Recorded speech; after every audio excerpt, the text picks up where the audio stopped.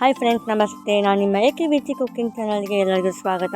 ಇವತ್ತಿನ ಸ್ಪೆಷಲಿ ಚಳಿಗೆ ಮಳೆಗೆ ಬಿಸಿ ಬಿಸಿ ಏನಾದರೂ ಸ್ಪೈಸಿ ಆಗಬೇಕಲ್ವಾ. ನಾನು ಮಾಡಿರೋದು ಮಜ್ಜಿಗೆ ಕೋಡುಬಳೆ. ಸೂಪರಾಗಿರುತ್ತೆ, ಕ್ರಿಸ್ಪಿಗಿರುತ್ತೆ, ಒಳಗೂ ಸಹ ಸೂಪರ್ ಟೇಸ್ಟ್ ಮಾತ್ರ ಸೂಪರ್. ಒಂದು ಸರಿ ಮಾಡ್ಕೊಡಿ ಮಕ್ಕಳಿಗೆ ಮತ್ತೆ ಮತ್ತೆ ಕೇಳ್ತಾರೆ, ಆ ಥರ ಇರುತ್ತೆ. ಅಷ್ಟು ಚೆನ್ನಾಗಿರುತ್ತೆ ಈ ಮಜ್ಜಿಗೆ ಕೋಡುಬಳೆ. ನೋಡಿ ಹೇಗೆ ಮಾಡುವ ನೋಡುವ. ಮೊದಲಿಗೆ ಒಂದು ಪಾವಷ್ಟು ಅಕ್ಕಿ ತೊಗೊಂಡು, ನೀವು ಯಾವುದ್ರಲ್ಲಿ ತೊಗೊಳ್ತೀರ, ಕಪ್ ತೊಗೊಂಡ್ರೆ ಕಪ್ ಮೆಜರ್ಮೆಂಟ್, ಇದು ನಾನು ಲೋಟ ತೊಗೊಂಡಿನಿ. ಒಂದು ಕಪ್ಪಷ್ಟು ಅಕ್ಕಿ ಹಿಟ್ಟನ್ನ ಜಲ್ದಿಡಿತಾ ಇದ್ದೀನಿ. ಒಂದು ಕಪ್ ಅಕ್ಕಿ ಹಿಟ್ಟು. ಈಗ ಸ್ಟವ್ ಮೇಲೆ ಒಂದು ಪಾತ್ರೆ ಇಟ್ಟು ಸ್ಟವ್ ಹಚ್ಚಿ 1 ಗ್ಲಾಸಷ್ಟು ಮಜ್ಜಿಗೆ ಹಾಕ್ತಾಯಿದ್ದೀನಿ. ನೆಕ್ಸ್ಟು ಇನ್ನೂ ಅರ್ಧ ಗ್ಲಾಸು ವಾಟರ್ ಹಾಕ್ತಾಯಿದ್ದೀನಿ. ಒಟ್ಟು ಒಂದಕ್ಕೆ ಅಕ್ಕಿ ಹಿಟ್ಟಿಗೆ 1ಕ್ಕೆ 1.5 ಅಷ್ಟು ನೀರು.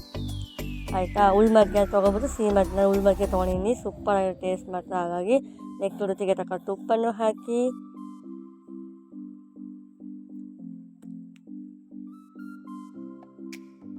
ನೆಕ್ಸ್ಟು ಜೀರಿಗೆ ಹಾಕಿ, ನೆಕ್ಸ್ಟು ಖಾರಕ್ಕೆ ಹಸಿಮೆಣಸಿನ್ಕಾಯಿ ಪೇಸ್ಟ್ನ ಹೇಳಿದ್ನಲ್ಲ, ಹಸಿಮೆಣಸಿನ್ಕಾಯಿ ಉಪ್ಪು ಹಾಕಿ ಪೇಸ್ಟ್ ಮಾಡಿ ಸ್ಟೋರ್ ಮಾಡ್ತೀವಿ 15 ಡೇಸ್. ಆ ಪೇಸ್ಟ್ನ ಹಾಕಿದ್ದೀನಿ. ನೋಡಿ, ಅದನ್ನು ಈಗ ಕುದಿಯಕ್ಕೆ ಬರಲಿ.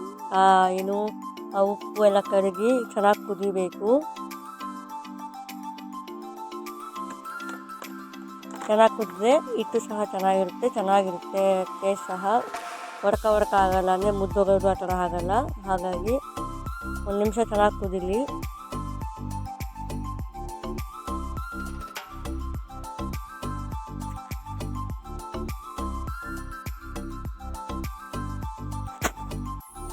ಈಗ ಹೆಚ್ಚಿರುವಂತಹ ಕೊತ್ತಂಬರಿ ಸೊಪ್ಪು ಹಾಕ್ತಾಯಿದ್ದೀನಿ.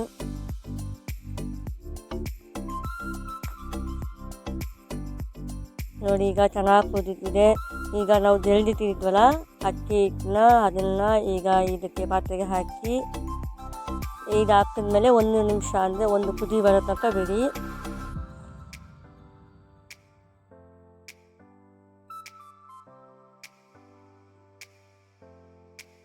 ಸಣ್ಣ ಉರಿಯಲ್ಲಿ ಮಾಡಿ, ಬೇಗ ಚೆನ್ನಾಗಿ ಎಲ್ಲ ಬೇಯುತ್ತೆ. ಹಾಗಾಗಿ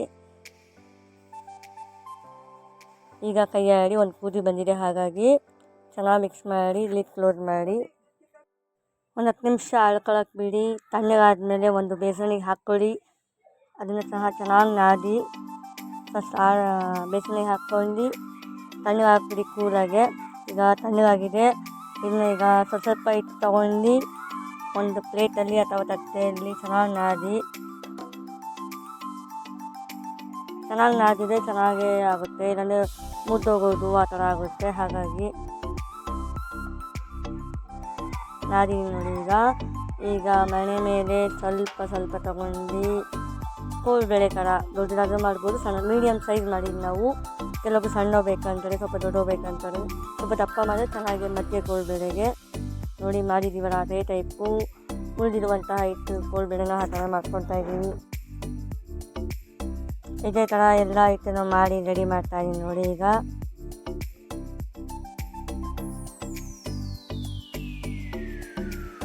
ನೋಡಿ ರೆಡಿಯಾಗಿದೆ. ಈಗ ಸ್ಟವ್ ಮೇಲೆ ಎಣ್ಣೆ ಕಾಯಲು ಇಟ್ಟಿದ್ದೀನಿ.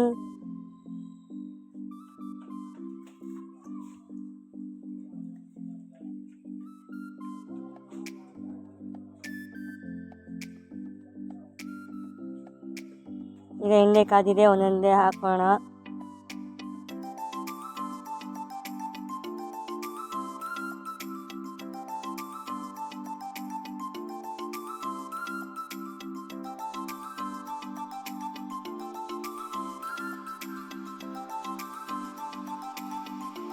ಕೈ ಆಡ್ತಾ ಇರಿ ಅವಾಗವಾಗ.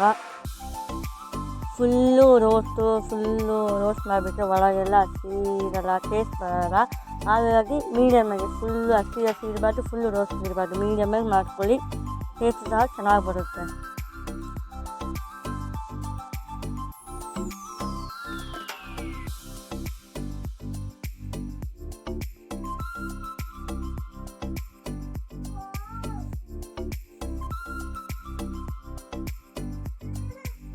ಈಗಾಗಿದೆ ನೋಡಿ, ಕ್ರಿಸ್ಪಿಯಾಗಿ ಚೆನ್ನಾಗಿದೆ ನೋಡಿ. ಇನ್ನು ಸ್ವಲ್ಪ ಕಲರ್ ಚೇಂಜ್ ಆದರೆ ಸಖತ್ತಾಗಿರುತ್ತೆ. ತಿನ್ನೋಕ್ಕೂ ಚೆನ್ನಾಗಿರುತ್ತೆ, ನೋಡೋಕ್ಕೂ ಚೆನ್ನಾಗಿರುತ್ತೆ. ಈ ಥರ ಮಾಡ್ಕೊಳ್ಳಿ ಮಕ್ಕಳಿಗೆ. ಮನೆಗೆ ಹೆಲ್ತಿಯಾಗಿರುತ್ತೆ, ಹೊರಗಡೆ ತಂದ್ಕೊಳ್ಳೋಕ್ಕಿಂತ.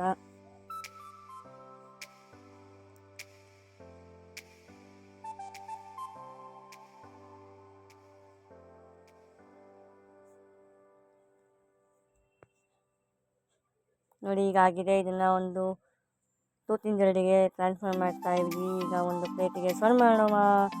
ಈ ರೆಸಿಪಿ ಇಷ್ಟ ಆದರೆ ಲೈಕ್ ಮಾಡಿ, ಶೇರ್ ಮಾಡಿ, ಕಮೆಂಟ್ ಮಾಡಿ, ಸಬ್ಸ್ಕ್ರೈಬ್ ಮಾಡಿ, ನಮ್ಮ ಚಾನಲ್ನ ಹೀಗೆ ಸಪೋರ್ಟ್ ಮಾಡಿ ಅಂತ ಹೇಳುತ್ತಾ, ಈ ರೆಸಿಪಿ ನೀವು ಒಂದ್ಸರಿ ಟ್ರೈ ಮಾಡಿ, ಕಮೆಂಟ್ ಮಾಡಿ ಹೇಗೆ ಬಂದಿದೆ ಅಂತ.